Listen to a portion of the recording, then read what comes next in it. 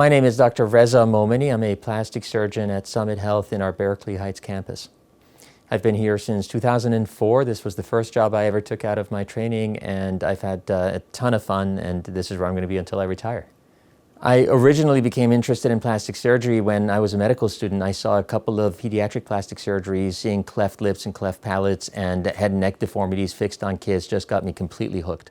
One of the things that I'm most proud of, and also one of the experiences that has been most challenging things in my career, has been when I used to travel internationally doing mission work, doing cleft lips and cleft palates.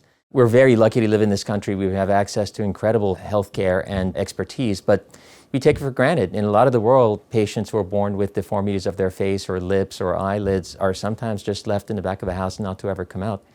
In my travels, I've been able to be a part of teams that help these kids grow up and be normal individuals.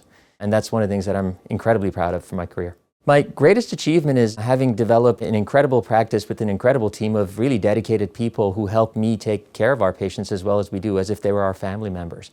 When we say that we treat our patients like family members, we mean it. We call our patients the night of surgery. They know how to get in touch with me. We're there for them every time they want to. I have patients who sometimes call me 6 months or 9 months after their surgery just because they have a question that just comes up over the weekend, and we're always happy to hear from them. I grew up outside of Philadelphia. I grew up in the suburbs of Philly, and I've stayed on the East Coast my whole life. I did college in the Philly suburbs. I went to medical school in Philadelphia at Drexel. I was very lucky. I graduated top of my class, and that gave me admission to Yale University, where I trained with some of the world's best people when it comes to surgery and plastic surgery. And from there, I had to make a decision as to where to go, and there was really nowhere better than the New York City metro area. So I joined Summit Health in 2004, have been practicing here since then. New technology and advancements are incredibly important in plastic surgery, but what I always tell my patients is not to get terribly excited by what was on Today's Show this morning or what they read in a social media post last night, because a lot of what comes at patients can be really confusing. And what you have to remember is a lot of it's really just marketing. Our job as plastic surgeons is to listen to you, understand what your goals are, understand what your expectations are out of surgery, and then try to come up with a plan that will deliver what you expect. A lot of times that means we're going to be using really advanced techniques, but believe it or not, a lot of times it means that we're using tried and true, proven things that have been done for 30 years or 40 years before.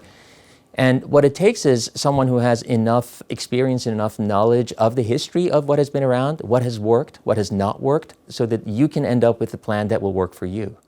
One of the things that I always consider to be the lucky stroke of my life is to see patients go through the transformation that they go through before and after our surgeries. As plastic surgeons, we're very lucky, especially in the field of cosmetic surgery where I focus.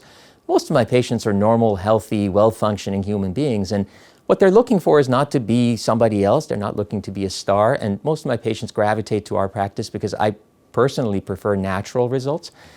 What I really love is seeing a patient who comes to us, goes through the surgery, we support them through the surgery, and then 3 months later, 4 months later, when I hear about the little moments in their life where somebody walks up to them and says, "Hey, you look better. What are you doing? What have you done? Are you dieting? Are you exercising? Did you come back from a vacation?" And I always tell my patients, the key to good plastic surgery is that it shouldn't look like plastic surgery. If somebody can't tell you had the work done, then I'm happy because I feel like I succeeded.